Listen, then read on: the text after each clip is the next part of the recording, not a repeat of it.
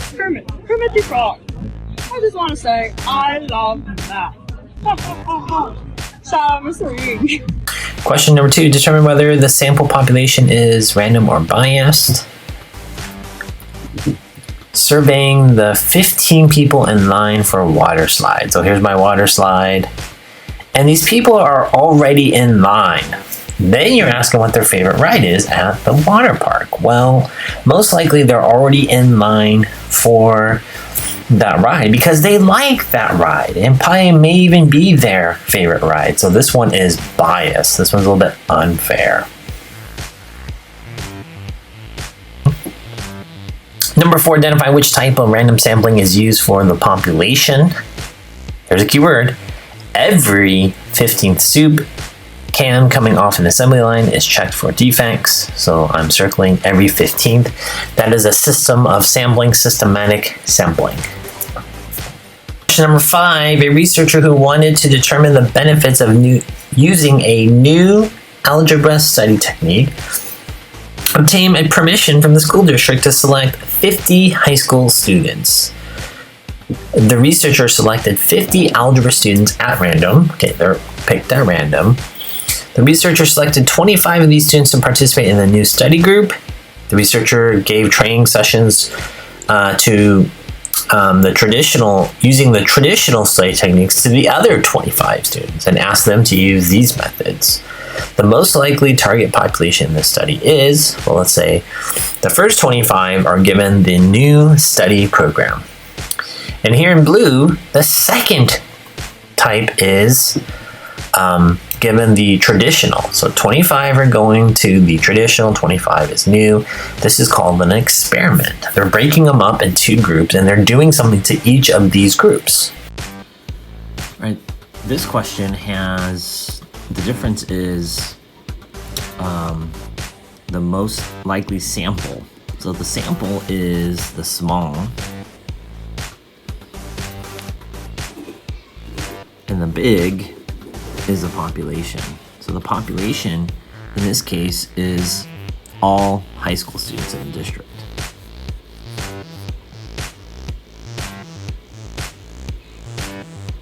That's the population.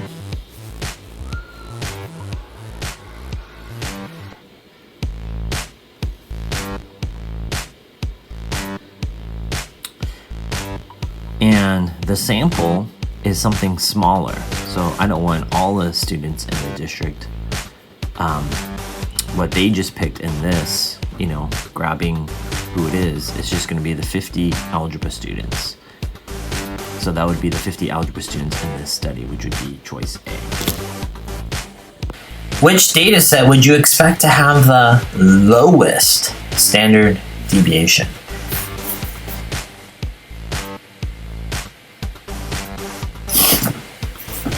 Remember the conceptual understanding of standard deviation is that when you have numbers, you can do it by numbers, but conceptually standard deviation is a measure of spread. It's a measure of spread. Now the lowest, meaning little spread, like the butter and jam we've talked about, that means it's further away from the center. Further away from the center. Most of the data is further away from the center. Now this example B is a lot of the data is in the center. So that one has low spread. There's a center and these have high spread or high standard deviation because it's spread out. B has low. C has high spread because a lot of data is towards the left and to the right, nothing in the middle. And same thing for D. So our answer is B. Now you can use this into a calculator.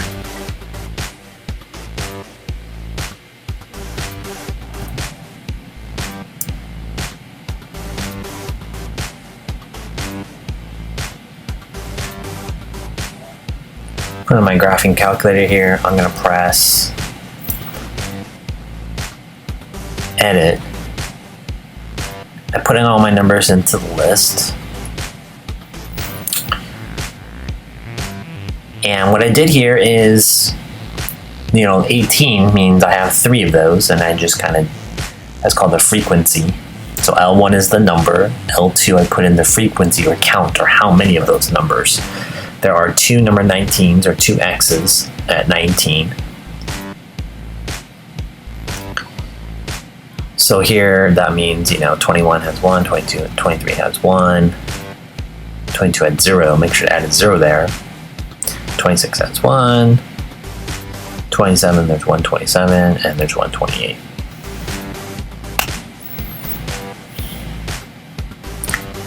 And then you can just go to calculate here.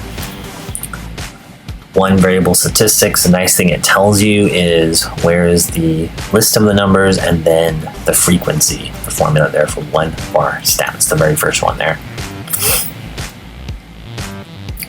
Again, this is using my graphing calc on my graphing calculator.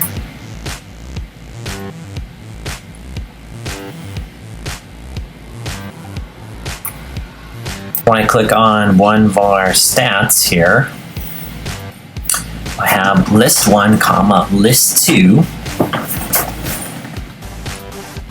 So I press second 1, second 2, then enter. And then I'm looking for the population deviation, which is the sigma x 3.629, right above the N. And then there I just wrote, well, that was choice D. And then I did the population standard deviation for all of those, and you're just picking the lowest one. Question number 8, describe the distribution in the histogram which displays the light output in lumens of various sources. So you can put the blob above this. It's a histogram. We talked about the skewing or skiing, and there's nothing to the right. So this one is right skewed. Skewed right. So that would be choices A, B, and C. And now we have to look at the measure of center. The measure of center is kind of like a balancing point, like on a scale or a tipping point. Maybe this is like an iceberg, so how can I balance it? I'm gonna have to move it, not exactly in the middle, but maybe somewhere closer, maybe like right there. If I did on the far left there, it would tip. So I think that's this. Tipping point A is your answer, around 600 lumens. 200 it would tip. And if you had 1,000 lumens, it would also tip the other way. So we want a balancing point right there. And those are skewed left, which it's not. Question number 6 on the back side, free response. According to the American Dental Association, 12 out of 20 dentists recommend using an electric toothbrush instead of a standard toothbrush. If you create a simulation using the spinner provided below, shade the number of sections that would represent the electric toothbrush. Okay, so I have 12 out of 20. And what you can do is you can just change that into a reduced fraction. So divided by 2, you get 6 out of 10. Divided by 2 out again, you get 3 out of 5. And that's why I shaded it 3 out of 5. Another way of doing this is you put this in your calculator, 12 over 20, multiplied by 5, so I get 60 out of 100. So that represents 60%. And then you can multiply by 1, 2, 3, 4, 5. This would give you 3. You would shade in 3 of these of the 3. All right, we need to find the mean, which is x bar equals the summation over the count. So I'm going to add up all these numbers and divide by 1, 2, 3, 4, 5. So if I put this number into my calculator and just add them all,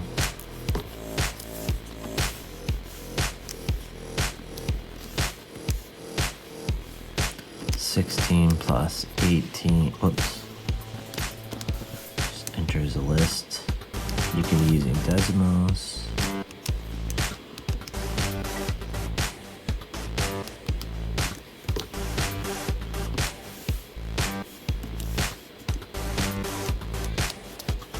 Okay, we're going to have an average of 20. So this would be 100 over 5, which would give you 20 as our average. Okay, the next part says find the standard deviation by hand. So you're going to take your numbers. Alright, for standard deviation by hand, the formula is population standard deviation is the square root of the summation of the values subtracted by the mean squared divided by n.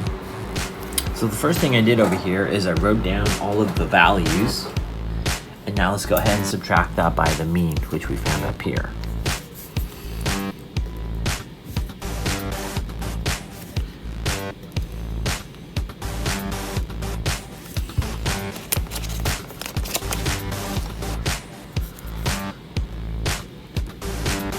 And then you're going to get a value.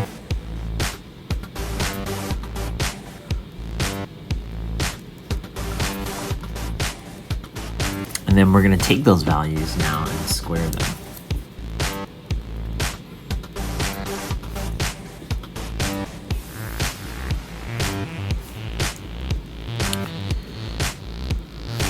Okay, I made a mistake here, so that was 5 squared is 25. I add all these values up, I get 46. So I'm going to put that into my calculator. Second square root, 46 divided by 5.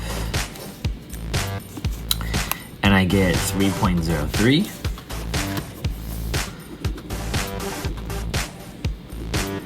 And then if I put that into my calculator, stat calc 1var stats, I get the same number, 3.03.